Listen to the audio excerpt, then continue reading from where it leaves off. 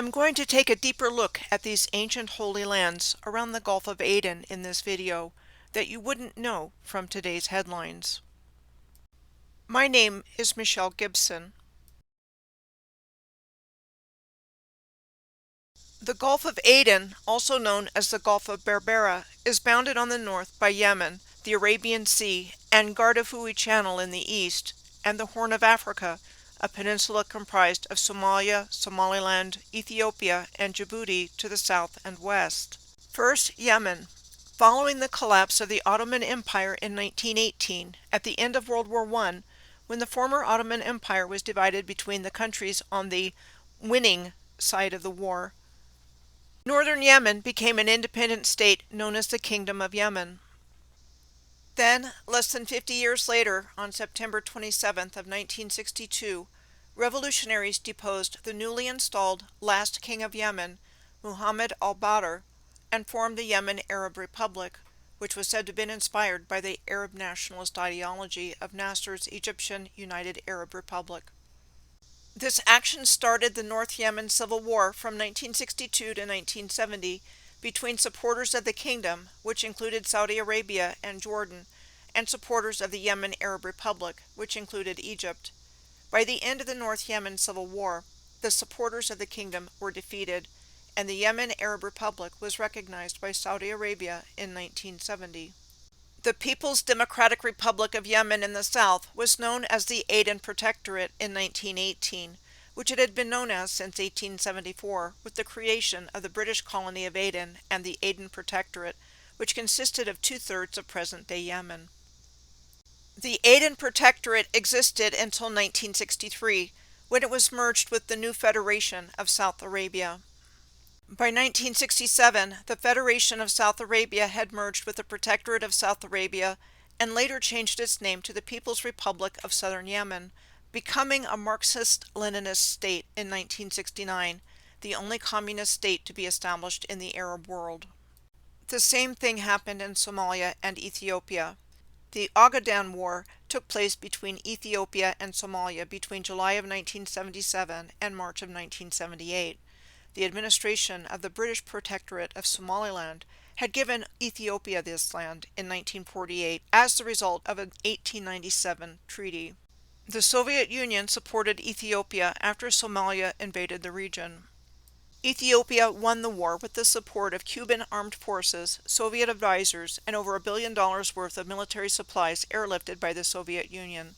The origins of the Somali Civil War resulted from the demoralization in the Somali armed forces and the people of Somalia caused by the loss, eventually leading to the overthrow of President Siad Barre in 1991, who had been a Marxist-Leninist military dictator of Somalia since 1969, after the assassination of the President of the Somali Republic, the name given to the newly independent state of Somalia after its independence from Great Britain. It is important to note that the overthrow of the Ethiopian Emperor Haile Selassie took place 3 years earlier on September 12th of 1974 in a coup also initiated by a Marxist-Leninist faction in the Ethiopian military and marked the beginning of a 17-year-long Ethiopian civil war, leaving 1.4 million dead. The Ethiopian Civil War formally ended in 1991.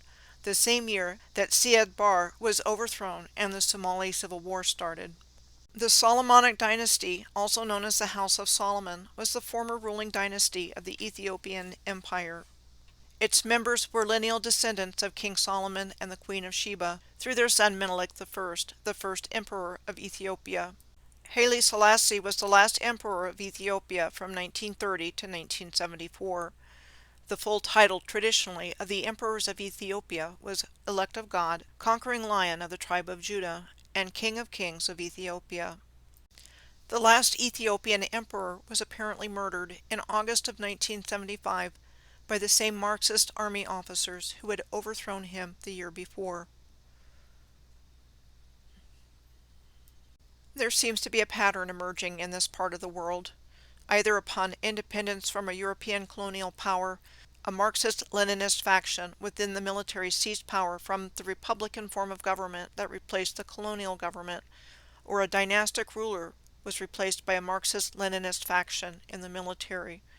The result was the same: dividing countries and people, civil war, territorial war, and some form of Marxist government implemented. In Yemen, on March 22nd of 1990, the leaders of the Yemen Arab Republic, North, and People's Democratic Republic, South, of Yemen announced unification as the Republic of Yemen. With the 1990 reunification of Yemen into the Republic of Yemen, the new government was comprised of officials from both sides, with a de facto form of collaborative governance until the country went into civil war in 1994. The current Yemeni civil war started in 2014, with multiple entities vying for governance, including the Presidential Leadership Council, the Islamist Houthi movement's Supreme Political Council, and the Southern movement's Southern Transitional Council. Today, Yemen is one of the least developed countries in the world, and in 2019, the UN reported that Yemen had the highest number of people in need of humanitarian aid. Yemen is another one of those places in this region with a missing glorious ancient past. The historical Yemen occupied more land than what it does currently, and stretched into what is now southwestern Saudi Arabia and southern Oman today. The kingdom of Saba was believed to have been the biblical Sheba, and the oldest and most important of the historic South Arabian kingdoms. This was the historical land of the biblical Queen of Sheba, who brought a caravan of gifts to King Solomon. This was the Awam Temple in Marib, Yemen, the ancient capital of the Kingdom of Saba. The Awam Temple is also known as the Mahram Bilqis, or the Sanctuary of the Queen of Sheba. Arash Bilqis, or the Throne of Bilqis, at the Baran Temple, also in ancient Marib, has monolithic stone pillars, meaning single block of stone, more than 26 feet or 8 meters high, featuring writing and advanced masonry. It is interesting to note the desertification through this region, something we will be seeing a lot of in this part of the world. We've always been taught desertification was the result of natural processes over long periods of geologic time, and not only that, it is an explanation we are not allowed to question. I definitely believe there is a reason to question the only explanation we are given to explain what we see in our world. It is interesting to note that the old South Arabian inscriptions seen here on the top left have a Norse rune look to them on the top right. I think these runes were actually the runes of Vril, or life force, that was connected to the ancient humans and their mastery of how to harness natural energy to create amazing things. This whole region is part of the East African Rift, where the African plate is splitting into two plates, the Somali plate and the Nubian plate. The red triangles are showing the location of historically active volcanoes. What's interesting to me about this fact is the example of the tree trunk-looking appearance of some of the volcanoes in Yemen, like the one in the middle of the town of Hammam Damt, and speculation that what were once giant trees became volcanoes. Another thing found all over Yemen is quaint and unique architecture built on high. Yemen has many examples of this. Why build like this? What are we actually looking at? Was there a relationship between the ancients and giant tree stumps that were used in building their communities? The port city of Aden in Yemen is located on the Gulf of Aden near the eastern approach to the Red Sea, almost directly across from Berbera in Somaliland. Aden is one of the largest cities in Yemen, with a population of over 1 million people. It is a crucial maritime hub that connects Africa, Asia, and the Middle East. There's a legend in Yemen that Aden is as old as human history itself, and that Cain and Abel are buried somewhere in the city. More on the possible Aden-Eden connection in a bit. A couple of things to point out about Aden. One is the crater district. Its official name in Arabic is Sira, and it is situated in the crater of an ancient volcano which forms the Shamsan Mountains. Aden was first visited by the British East India Company ship the Ascension in 1609, before it sailed to Mocha, another port in Yemen on the Red Sea known for things like its coffee trade. Starting with Napoleon's invasion of Egypt in 1796, the British government and East India Company were interested in this area for naval fleets and other bases. In 1839, the East India Company landed Royal Marines here to secure the territory and stop attacks by pirates against British shipping to India but what they actually meant by securing was capturing for British interests. By 1850, Aden was declared a free trade port by the East India Company, with liquor, salt, arms, and opium trades, and all the coffee trade it had won from Mocha. The other thing I would like to mention in Aden are the cisterns of Tawala.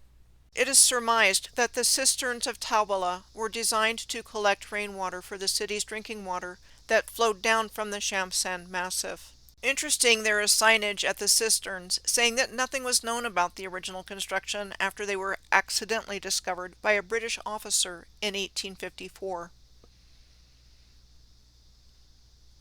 Next, we come to the Bab El Mandab Strait, located between southwestern Yemen near Aden and northeastern Djibouti, and connects the Gulf of Aden to the Red Sea. This strait is of great strategic and economic importance. For one thing, millions of barrels of crude oil are shipped through it every day. As I was looking for images of the Bab El Mandab Strait, I noticed this Google Earth image on the right showing Perim Island, and the old map on the left showing it as a British possession at one time. It was part of the British Aden Protectorate between 1857 and 1967, and is considered part of Yemen. Perim is described as a volcanic island and was said to have been called the island of Diodorus in ancient times. Diodorus was a historian said to have lived in the 1st century BC, best known for writing the Bibliotheca Historica about the history and culture of Egypt, Mesopotamia, India, Scythia, Arabia, North Africa, Greece, and Europe. The image of Diodorus on the top right, we are told, is from a 19th century fresco. And this work of Diodorus, we are told, was translated into English between 1933 and 1954 by an American named Charles Henry Oldfather, a professor of Greek and ancient history at the University of Nebraska-Lincoln. As a result of my research, I have come to believe that what we are taught as true history was backfilled history, and with the details provided in the 19th and 20th centuries, just like in these examples here of a painting of Diodorus in the 19th century fresco, and his works translated into English in the 20th century. I give more examples of my research findings like this in my recent video, The Backfill of History and the Shaping of Our New Historical Narrative.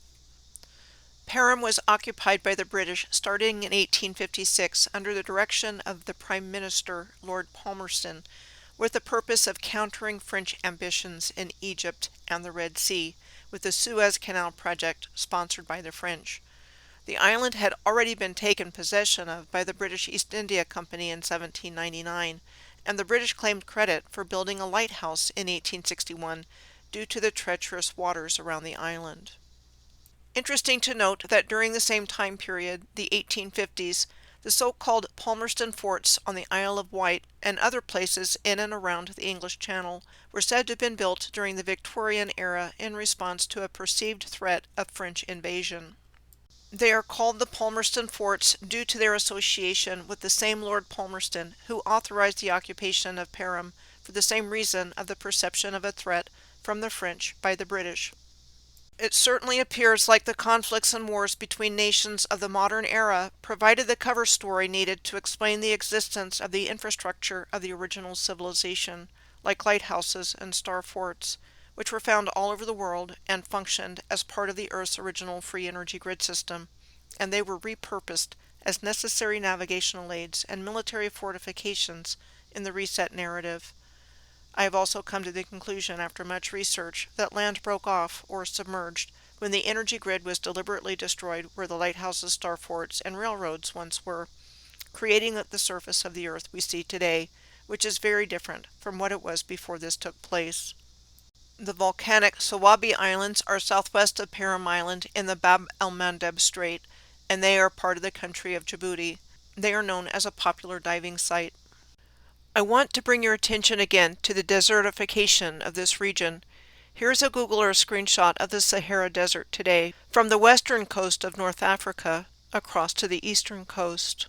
When I saw the downward flow of the Sahara Desert on either side of the Bab El Mandab Strait at the entrance to the Red Sea off the coast of East Africa on the top left, it immediately brought to mind the downward flow of the desert off the coast of West Africa in Mauritania and Western Sahara on the bottom right. What we are told is that the Sahara was green until about 5,000 years ago, when it started turning into inhospitable desert after the end of glaciation 10,000 years ago created a climate change that affected the ability of yearly monsoon rains to reach this part of the continent. But I think that is just another cover story to hide a deliberately caused cataclysmic event that happened much more recently in time that resulted in worldwide devastation and destruction along the Earth's grid lines, causing landscapes to simultaneously turn into deserts, swamps, or to submerge completely. And where have we heard climate change before? Let's see what else we find looking around the Gulf of Aden. The Republic of Djibouti is situated in the Horn of Africa and located between Somalia, Ethiopia, and Eritrea. Djibouti is the primary location of the Afar Triple Junction, or Afar Triangle, a tectonic triple junction of three tectonic plates, the Nubian, Somalian, and Arabian, at the northern end of the Great Rift Valley, and Djibouti is the southernmost country on the Arabian Plate. The Afar Triangle is thought to be the cradle of the evolution of humans, and is where the possible Aiden-Eden connection comes back into this region. The Afar people live in the Afar Triangle region today and traditionally are described as Cushitic nomadic livestock herders. But were they always nomadic livestock herders? Or did the Afar people have a much more glorious past than present? The ancient kingdom of Kush, also known as Nubia, was at one time a powerful civilization in this part of Africa. I remembered from something I read a long time ago that the Great Rift Valley in this part of the world was where the remains of Lucy were discovered in 1974, and as it turns out, they were discovered at Hadar, which is in Ethiopia in the Awash River Valley on the edge of the Afar Triangle. Lucy was classified as the 3.2 million year old skeletal remains of a female Australopithecus, or the earliest known hominids considered to be a close relative of modern humans, and postulated by some to be the missing link between apes and humans. When I typed Aiden Eden into the search bar, this is one of the images that came up. It is titled Garden of Eden in parentheses Aiden on Google Earth by Bradley Couch on Pinterest. As the book of Genesis relates our creation story, Eve was our earliest female ancestor, created by God from Adam's rib, and they were the first man and woman. So what's interesting to me is that the Hadar site is where one of Bradley's arrows is pointing with the caption, Act of Procreation and Branching, and what I'm wondering about is whether or not we have been given a replacement story about our origins linking us to evolution from apes instead of our creation coming directly from God, and that this replacement story occurred in a region connected with the name Aden, which is one letter different from the name Eden. I don't know. I just wanted to point out these intriguing connections I found in this location. I want to mention Lake Abbe, described as a salt lake on Djibouti's border with Ethiopia in the Afar Triangle, where the three tectonic plates are pulling away. Lake Abbe is truly a surreal-looking place and is considered one of the most inaccessible areas on Earth. I am just left wondering what we are really looking at here, like what we are told, the result of natural geologic processes, or a sudden cataclysmic event wreaking havoc on the Earth. Ethiopia's Awash River runs from near Addis Ababa, the capital of Ethiopia, to Lake Abbe. And is the Awash River actually a canal? We are taught to believe that rivers are of natural origin, and that any infrastructure related to canals or hydrology were of modern origin. There's also a railway history along the Awash River, more infrastructure that is attributed to having been built in our more recent modern history. Yet I find railroads all over the world co-located with rivers, canals, and gorges, and connected with hydroelectric facilities. Finding the same thing here. Railway along the Awash River, which has a gorge and 3 functional dams. One of the worst railroad accidents in history took place in 1985, when an express train derailed on a curved bridge over the gorge of the Awash River in Awash, Ethiopia, killing 428 and injuring 500. I'm having a hard time finding information about the crash, but this was what we are told about it. I go into depth about finding railroads in very different places that are co-located with rivers, canals, and gorges, and connected with hydro in my video of railroads and waterfalls and other physical infrastructure of the Earth's grid system.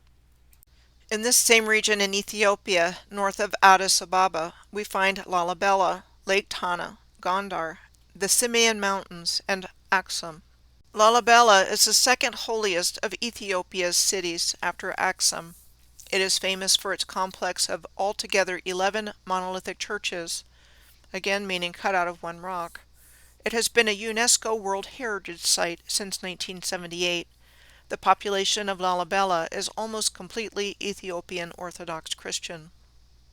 The ancient Ethiopian language of Ge'ez is the oldest African script still in use to this day, and it is the liturgical language of the Ethiopian Orthodox Tewahedo Church and the Jewish community in Ethiopia.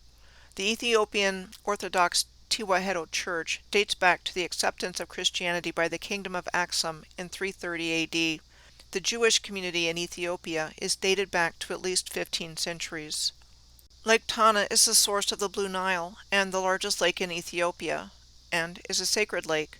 It has been a registered UNESCO Biosphere Reserve site since 2015, along with its 7 ancient monasteries, like the main monastery of Narga Salasi on Lake Tana's Deck Island.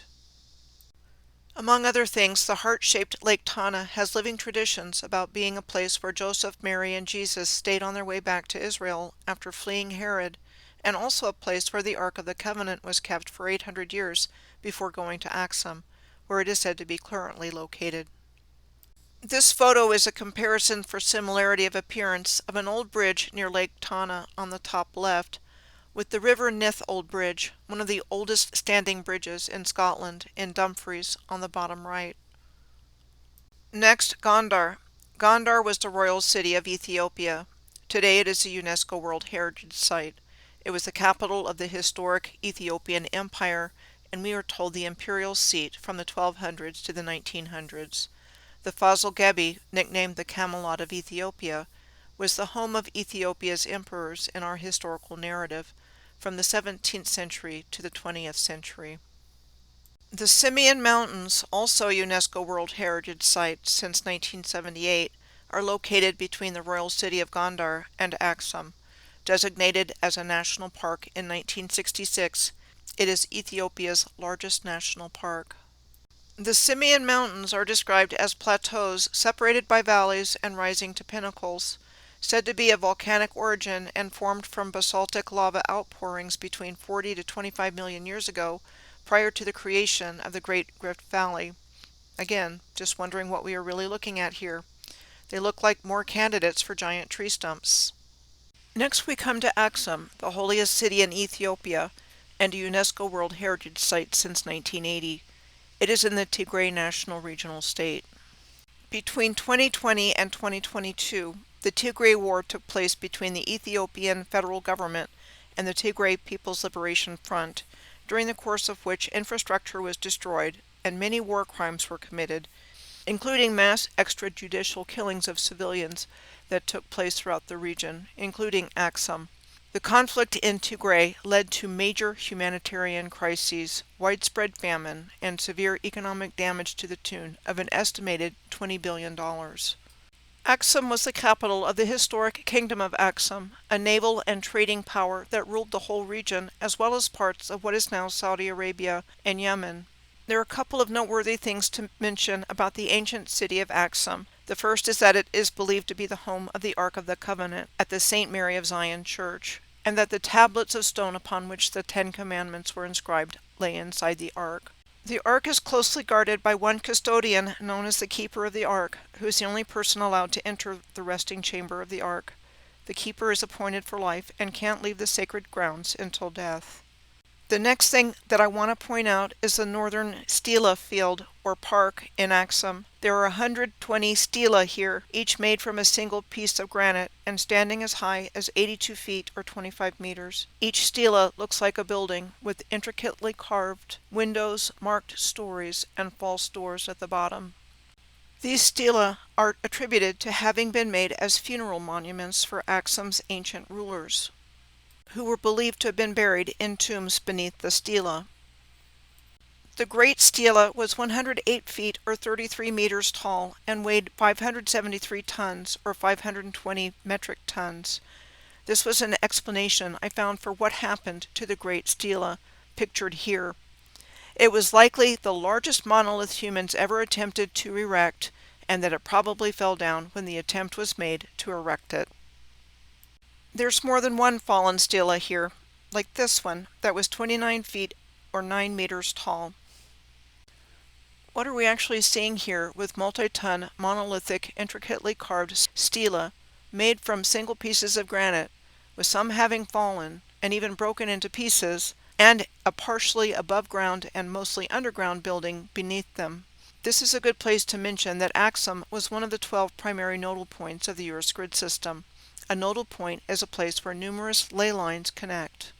Other nodal points include Rapa Nui, best known as Easter Island, where the famous heads were discovered to have bodies, and Göbekli Tepe in Turkey, said to have the world's oldest stone megaliths dating back to at least 9500 BC, and the excavation of which started in 1995.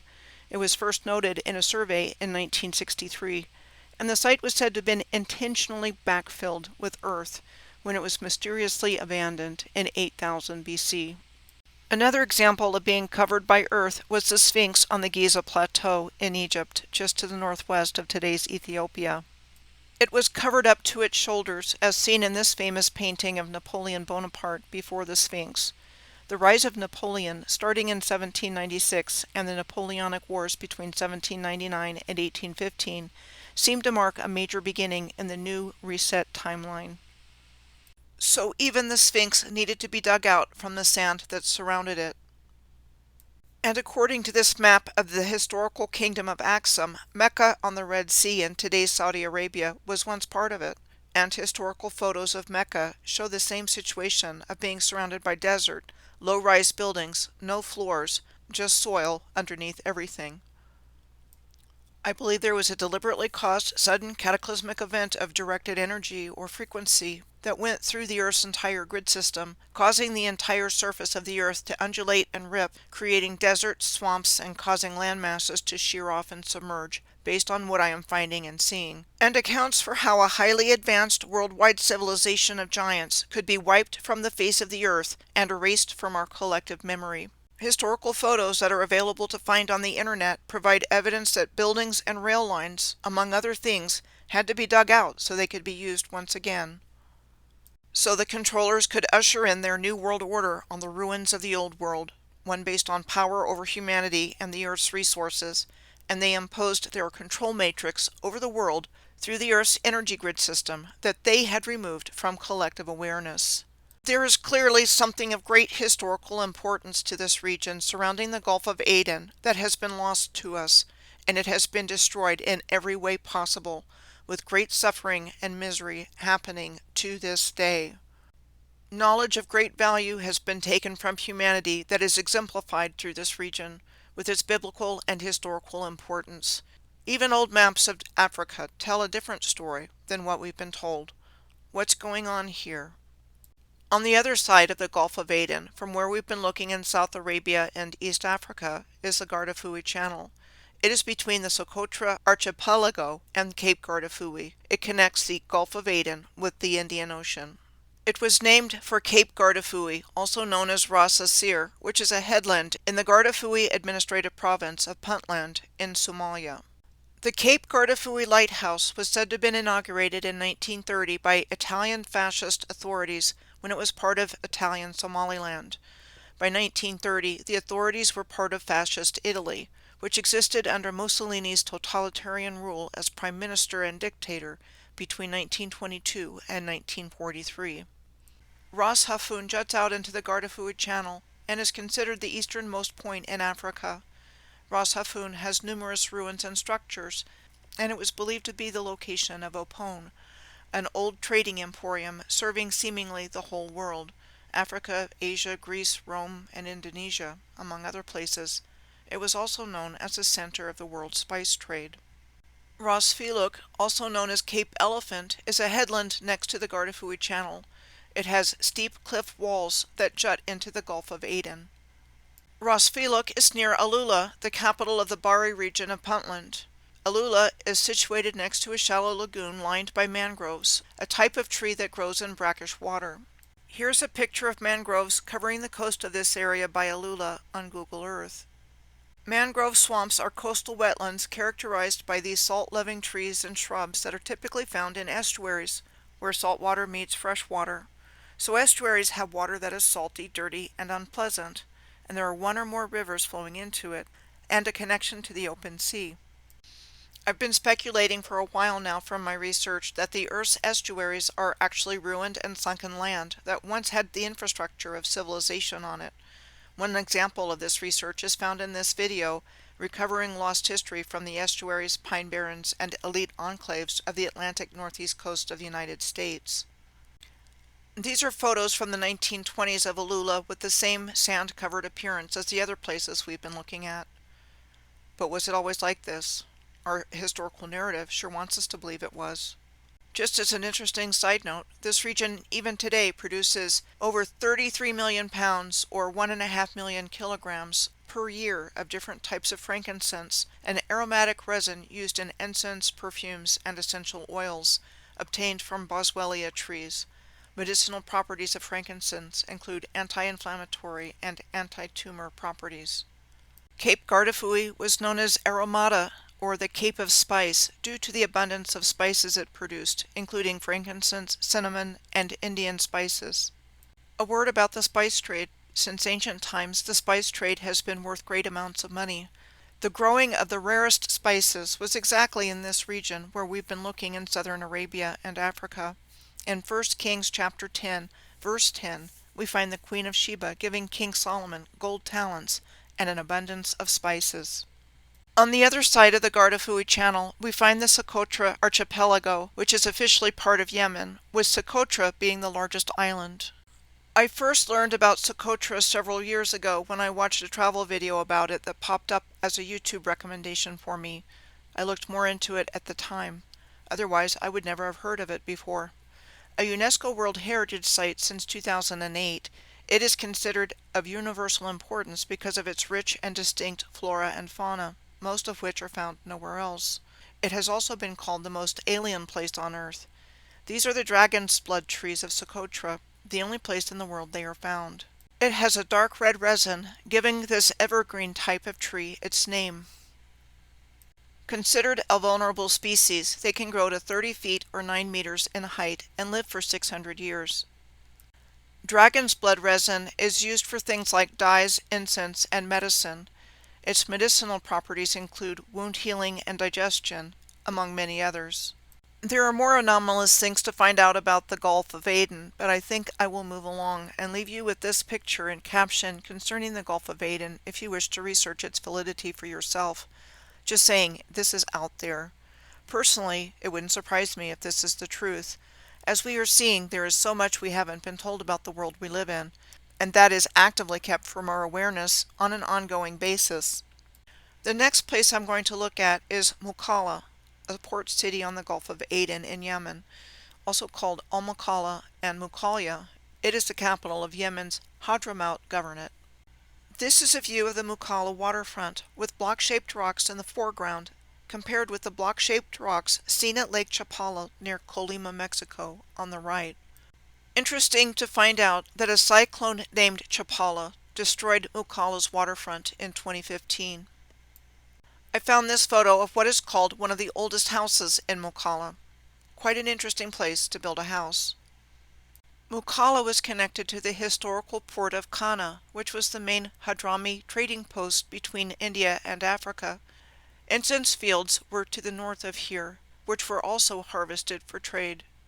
The historic capital of Hadramaut was Shabwa along the Nabatean incense trade route, an ancient network of major land and sea trading routes linking the world with eastern and southern sources of incense, spices, and other luxury goods. The Nabateans were an ancient people who inhabited the Arabian peninsula, who were characterized as being nomadic Bedouins who moved from place to place, but also were skilled in trade as well. Interestingly, rock-cut Petra in today's Jordan was the capital of their nomadic kingdom and was said to be a regional trading hub for them. Shibam is located slightly northeast from Mukala. The old walled city of Shibam, a UNESCO World Heritage Site on the cliff edge of Wadi Hadramaut near Mukala, built from mud bricks, has been described as the Chicago or Manhattan of the desert. It is said to be the oldest city in the world using vertical construction techniques, and like Shabwa, was also a stop on the ancient incense trading route. This is a photograph of the massive canyon at Wadi Lasar, also in the Hadramaut province of Yemen on the left, and it reminded me in appearance of Courthouse Butte in Sedona, Arizona on the right. Hadharam, or Hadrami, is the name of the historic people of the Hadramaut region. They are also in diaspora, living in scattered places around the world. At one time their presence and influence throughout the Horn of Africa region was significant. The Rub al-Khali, otherwise known as the Empty Quarter, is the largest desert in the world. It encompasses most of the southern third of the Arabian Peninsula. A recent Saudi Arabian Minister of Petroleum and Mineral Resources, Ali al-Naimi, reported that the dunes don't drift, that while sands blow off the surfaces, their essential shape remains intact. I would not be surprised at all to learn that there is enduring infrastructure underneath all that sand. The Empty Quarter has been determined to have what would have been the third largest lake in the world and one of the longest rivers in the world, whose flow would have rivaled the Nile River in Egypt or the Amazon River in South America. The Sheba oil field was discovered in 1968, 25 miles or 40 kilometers from the northern edge of the Empty Quarter. As of May of 2014, it was projected to be able to pump 750,000 barrels per day for the next 70 years. The Sheba oil field is considered to be one of the most prominent landmarks in the Empty Quarter and is surrounded by a series of giant semicircular sand dunes, some of which are 984 feet or 300 meters high. The incense trade made its way through this region, and it has been suggested that the lost city of Iram of the Pillars depended on such trade. Its location has been searched for over the years, and no place has ever been conclusively identified as such. It intriguingly has the nickname of Atlantis of the Sands. Also in the process of oil and gas exploration in the Empty Quarter, giant skeletons apparently have turned up from time to time, though you find things like this fact-checked and flagged as hoaxes. Like for some reason they really don't want us to know giants existed upon the earth once upon a time. The Marib Dune is in the Empty Quarter in the United Arab Emirates, not far from the Sheba oil field. It is the tallest dune in the United Arab Emirates and one of the highest sand hills in the world at 984 feet or 300 meters high with a 50-degree angle from the ground to the top. Among other things, it is popular for organized car racing and other vehicular activities. Like I was saying, I think there's enduring infrastructure underneath all that sand. They do the same thing on the dunes at the Little Sahara State Park near Waynoka, Oklahoma. Oklahoma was where I first awakened to all of the things I'm sharing with you now about a worldwide advanced civilization that has been erased from our memory. Back in the United Arab Emirates, you can even mark a romantic dinner surrounded by sand and dunes off your bucket list when you come on your dream vacation to the Empty Quarter. There's always a lot more to find and share anywhere one looks in the world, but I'm going to end this video here on the subject of the Gulf of Aden and the modern destruction of ancient Holy Land, about which we know very little about their glorious past. The headlines we see today about these ancient holy lands are most commonly headlines, for example, like these about the Houthis in Yemen. This definitely brings to my mind the military blueprints for 3 world wars that were said to have been contained in a letter written by Albert Pike, Sovereign Grand Commander of the Scottish Rite for the Southern Jurisdiction of the United States, to the leader of the Bavarian Illuminati, Giuseppe Mazzini, in 1871. With regards to the blueprint for World War III, in this letter Albert Pike talked about the Illuminati taking advantage of the differences between Zionist and Islamic leaders so they mutually destroy each other. Any of this sound familiar to what we know in the present day? It sure does to me. Could all of the conflicts of the 19th and 20th centuries been planned, even scripted out, for the controller's desired outcome, which was world control and domination? I think so.